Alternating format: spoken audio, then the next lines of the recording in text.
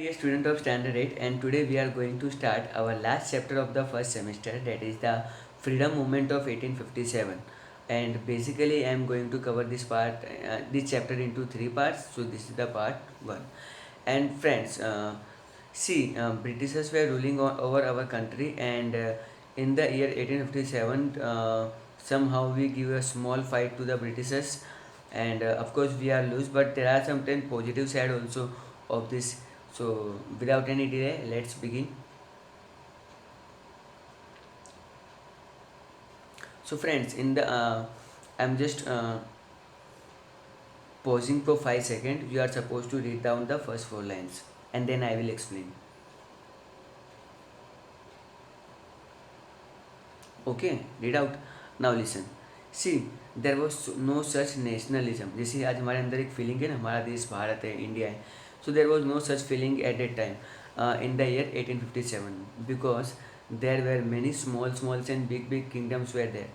अगर कोई देशभक्ति भी दिखाएगा तो उसके लिए एक पर्टिकुलर रीजन तक ही रहेगी, पूरे देश के लिए नहीं होगी. ओके.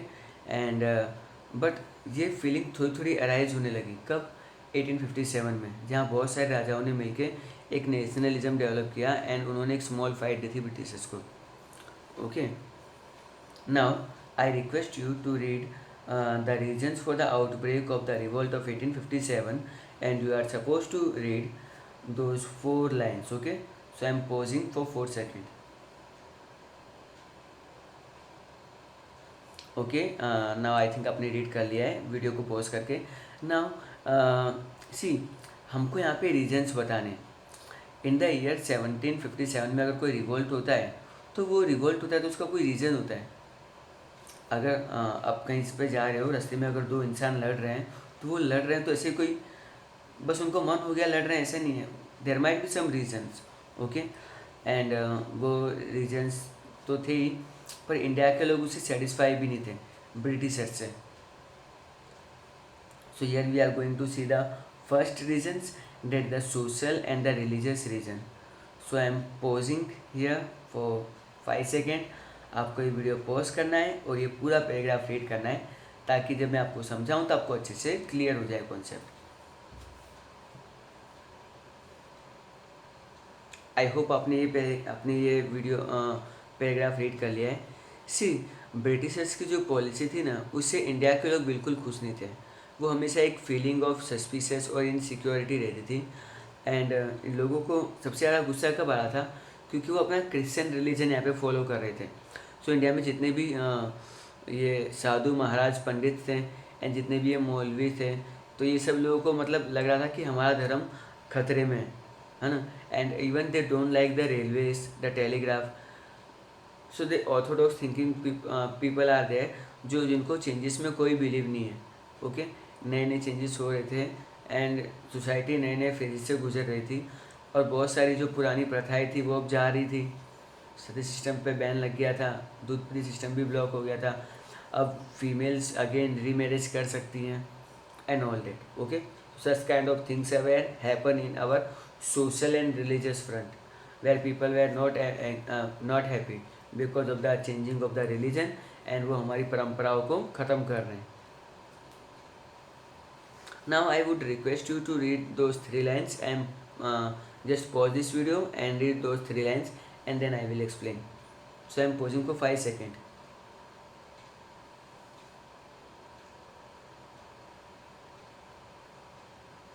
सो इकोनॉमिक रीजन्स की बात करें तो ब्रिटिशर्स का एक ही काम है. उन लोगों ने अलग अलग लैंडलॉर्ड्स को इस्टेब्लिश करके रखा था, and those landlords they are suppose to collect all the revenue from the farmers and hand it over to Britishers. So इससे क्या हो रहा है? ब्रिटिशर्स अमीर बनते जा रहे हैं, and what they do, they are exploiting the people of India. So economically India के सारे फार्मर्स, पेजेंट, वर्कर्स थे, वो बहुत पुअर हो गए थे. बराबर. इकोनॉमिक रीजन में आपको बस इतना ही शो करना है. Now you are suppose to read political reasons. So आप इस वीडियो को अभी पॉज करोगे, read it out. I am pausing for 10 second, and then I will read.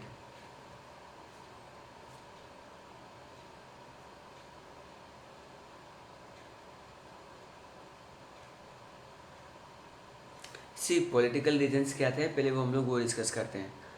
C as you can see the Britishers को बस एक ही काम था, लोगों से टैक्स कलेक्ट करना, उनको एक्सप्लॉइट करना। ओके। एंड जैसे ही 1757 में बैटल ऑफ प्लासी हुआ था, जहाँ पे उन्होंने सिर्फ अपना नॉमिनेट एक पपेट बिठा के रखा था मीर जाफ़र को, बट जैसे ही 1964 में उन्होंने शाह आलम को और नवाब अवध को हराया, तो एक बहुत बड़ा एरिया उनके अंडर में आ गया। एंड अब ये डायरेक्टली अब इनको कोई टैक्स पे करने की ज़रूरत नहीं है, डायरेक्टली अब तो ये तो फार्मर से बहुत ही कम प्राइस में चीज़ें खरीद सकते हैं। ओके। एंड जैसे उन्होंने फिर सब्सिडी अलायंस पॉलिसी अपनाई, तो बहुत सारे राजा तो मतलब उनके अंडर में आ ही गए।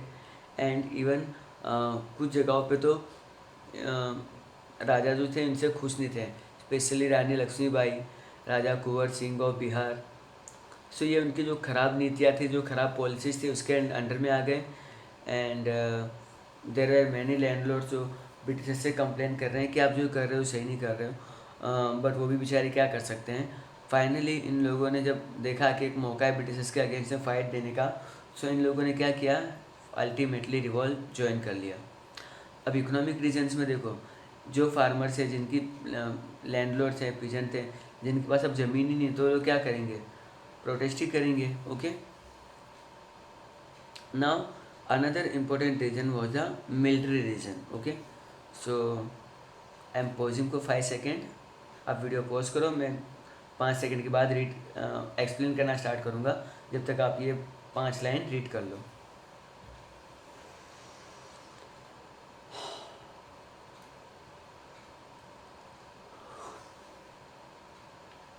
Okay. Now see military reason. Now what is military reason. Britishers क्या करते थे, इंग्लैंड से बहुत कम सोल्जर्स यहाँ पे आना पसंद करते थे। एंड अगर हम लोग ब्रिटिशर्स की आर्मी देखेंगे ना, तो उसका रेशियो था 6:1। What does it suggest that, अगर देर आर मान लो एक आर्मी का एक ग्रुप है और वहाँ पे 700 लोग हैं, तो उसमें से 100 लोग मतलब मीन्स इंग्लैंड वाले ब्रिटिशर्स होते थे, जबकि 600 इंडियन होते थे। बराबर। यही नहीं, इंडिया के जो सोल्जर्स हैं ना, उनको ज़्यादा प्रमोशन नहीं मिलता था, बस रैंक 1 या रैंक 2, बस उससे ज़्यादा नहीं। लेकिन जो ब्रिटिशर्स थे उनको तुरंत ही हायर पोस्ट में अपॉइंट कर दिया जाता था। और अगर इंडियन सोल्जर्स के अंदर किसी के अंदर इतनी कैपेबिलिटी है, अगर इतनी दिमाग का उसके पास पावर है, तो भी उसको प्रमोशन नहीं मिलता था। ओके। सो ये एक बेसिक डिफरेंस था इंडियन सोल्जर्स और ब्रिटिशर्स सोल्जर्स में। थे तो हम लोग ब्रिटिशर्स का ही पार्ट। प्लस जो पैदल सिपाही होते हैं ना, जो फुट पे चलते हैं, उनको पर मंथ 7 रुपीज़ सैलरी मिलती थी। नाउ इमेजिन 1857 के टाइम पे 7 रुपीज़ एक बहुत बड़ी अमाउंट मानी जाती थी। एंड उसके अलावा ब्रिटिश सोल्जर्स को 150 रुपीज़ पर मंथ देगा। तो आप तो देख रहे हो, अगर मैं इसको 7 को 150 से डिवाइड करूँ ना, तो 21 टाइम्स सैलरी ज़्यादा है ब्रिटिशर्स की, जबकि काम दोनों को सेम ही करना है। तो as you can see there is a wide gap between the Indian soldiers and British soldiers. Okay. So इस तरह का मतलब जो था वो कहीं ना कहीं हमारे सोल्जर्स के अंदर एक डिससेटिस्फेक्शन क्रिएट करता है। Okay. And not even that, उन्होंने बहुत सारे रिलीजियस रिस्ट्रिक्शन लगा रखे थे। सो कहीं ना कहीं, और जब भी कोई दूसरे कंट्री में वॉर होता था, फॉर एग्जांपल चाइना में लड़ाई लड़ने जाना है या कोई म्यांमार में लड़ाई लड़ने जाना है, तो वो हमेशा इंडियन सोल्जर्स को ही भेजते थे। एंड इंडिया में पता है लोग क्या मानते थे, कि हमको अपना देश नहीं छोड़ना चाहिए, अगर हम लोग बाहर जा रहे हैं तो हम लोग अपवित्र हो जाएंगे। ओके। सो ऐसे बहुत सारे सोल्जर्स को ऐसा लग रहा था कि ये जानबूझ के हमारा धर्म भ्रष्ट कर रहे हैं। ओके। एंड कहीं ना कहीं जो गुस्सा था सोल्जर्स के अंदर, बाद में वो 1857 के रिवॉल्ट में कन्वर्ट हो जाता है। Okay. Now read the immediate reason. Okay. I am आपको ये वीडियो पॉज करना है, एंड देन आपको ये पूरा पैराग्राफ रीड करना है, and I will answer it after 5 second. So आप पॉज कर लीजिए एंड रीड कर लीजिए।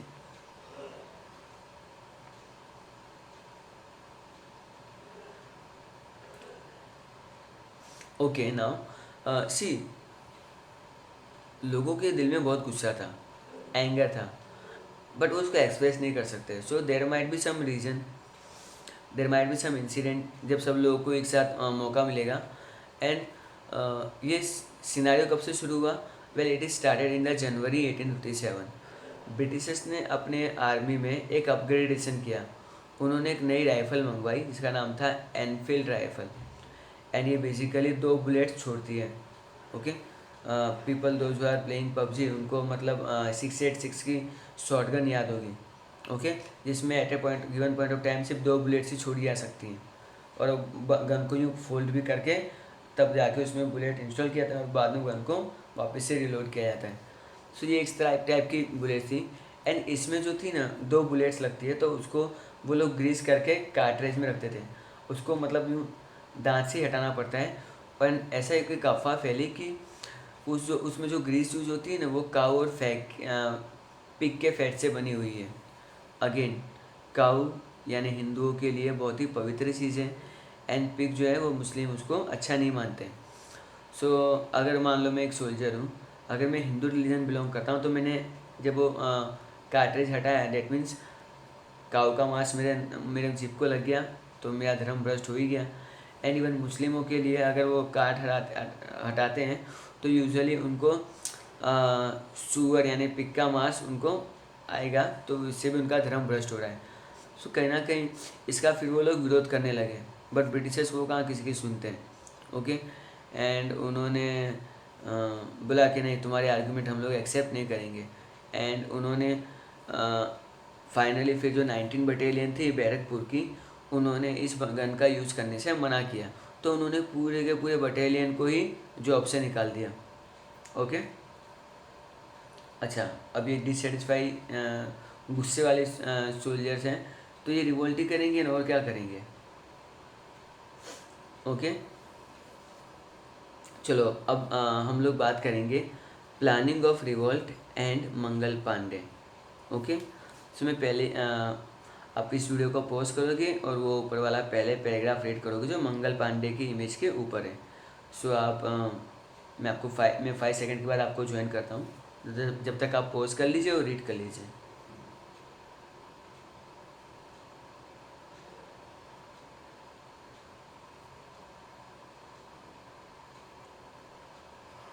ओके, सो सी एक्चुअली है ना, ब्रिटिश ईस्ट इंडिया कंपनी को सबक सिखाने के लिए हमारे सारे राजाओं ने एक प्लान तैयार किया। अकॉर्डिंग टू दैट प्लान हम सब लोग एक साथ मिलकर रिवोल्ट करेंगे। क्योंकि ब्रिटिशर्स हम पे रूल क्यों कर पा रहे हैं? क्योंकि हम लोग अलग अलग टुकड़ों में बटे हुए हैं। अगर एक साथ हम लोग सब रिवोल्ट करेंगे ना, तो ब्रिटिशर्स को संभलने का मौका नहीं मिलेगा और बाद में उनको जाना पड़ेगा। अच्छा, इस प्लानिंग में कौन कौन लीडर्स थे? Well, leaders like Nana Saheb Peshwa, Bahadur Shah Zafar, Kunwar Singh, Nawab of Awadh, Tatya तोपे, रंगो बापूजी, अजीमुल्ला खान, बराबर। और नॉर्मली पब्लिक भी उनको सपोर्ट करेगी। आप सबने ये नाम ऑलरेडी रीड कर लिया है। Okay, there were some Hindu and Muslim priest, again अहुलियास, मैसेंजर, ये लोगों ने भी मतलब अपना सपोर्ट जाहिर कर दिया, बराबर।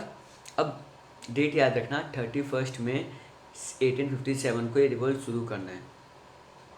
बट उससे थोड़ा पीछे आ जाओ। अब हम बात करेंगे मंगल पांडे की। You know who is Mangal Pandey?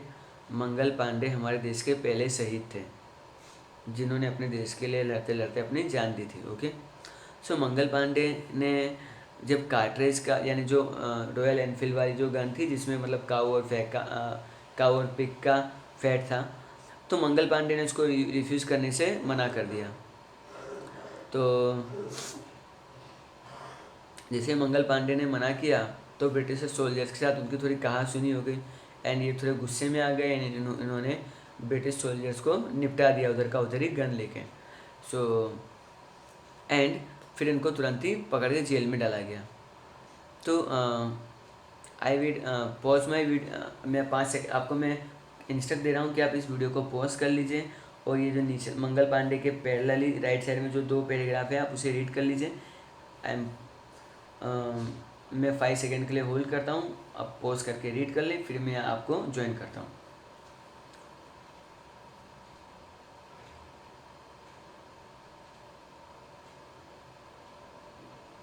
Okay friends, now we are going to see about the Mangal Pandey. Mangal Pandey का जो पहला था वो मैंने आपको बता दिया है पैराग्राफ ना। मंगल पांडे का जो जन्म है वो एक ब्राह्मण फैमिली में हुआ था, ओके। एंड हिंदुओं में ब्राह्मण family is the upper caste. Now he also join the British army and इनकी सैलरी कितनी थी, अगेन जो हमने अभी ऊपर पढ़ा था, 7 रुपीज़ थी, ओके। और इंडिया के सोल्जर्स ने डिसाइड किया कि हम लोग हाँ ये रिवॉल्ट ज्वाइन करेंगे ब्रिटिश से अलग होके। सो बस उनको बस डेट का वेट करना था। लेकिन जो 26 साल के मंगल पांडे थे ना, वो इतना वेट नहीं कर पाए। उनको एक्चुअली बस माहौल को देख के शांत रहना चाहिए था, लेकिन इनका थोड़ा दिमाग गर्म था। तो sergeant major Hewson order him to arrest बराबर एंड मंगल पांडे। सो इन्होंने जब वो गन को यूज़ करने से मना कर दिया, सो ह्यूसन ने उनको अरेस्ट करने के ऑर्डर दिए इंडियन सोल्जर्स को।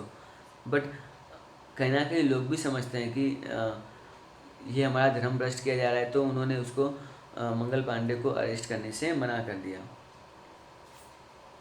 इतनी देर में जब कहा सुनी हुई तो उन्होंने ब्रिटिश ऑफिसर्स को निपटा दिया। इतने में एक और सोल्जर आया, उसको भी उन्होंने निपटा दिया।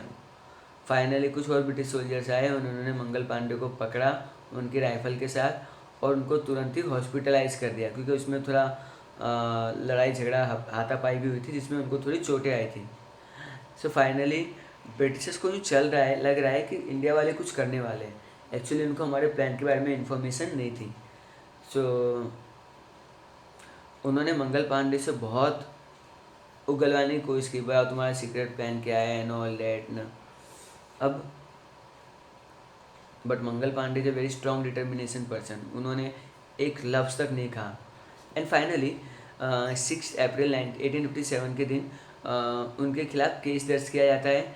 एंड उनका जो आर्मी का कोर्ट होता है उसमें उनको गुनहगार पाया जाता है और उनको सजाए मौत की सुनाई दी जाती है।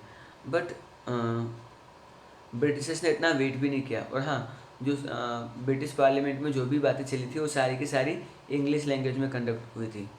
एंड आफ्टर डैट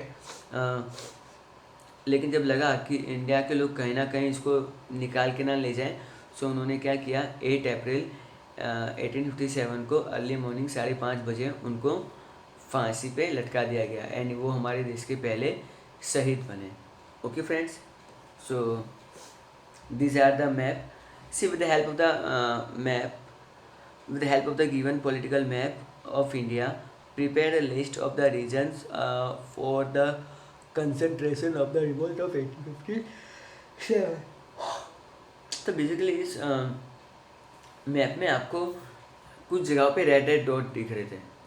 सो कहने का मतलब क्या है कि सिर्फ इतने एरियाज में ही रिवोल्ट हुआ था।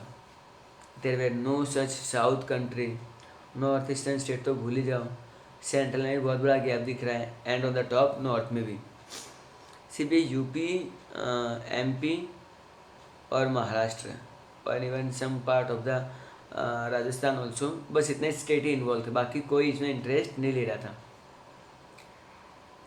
So as I can see read out those names. ऊपर से शुरुआत करते हैं।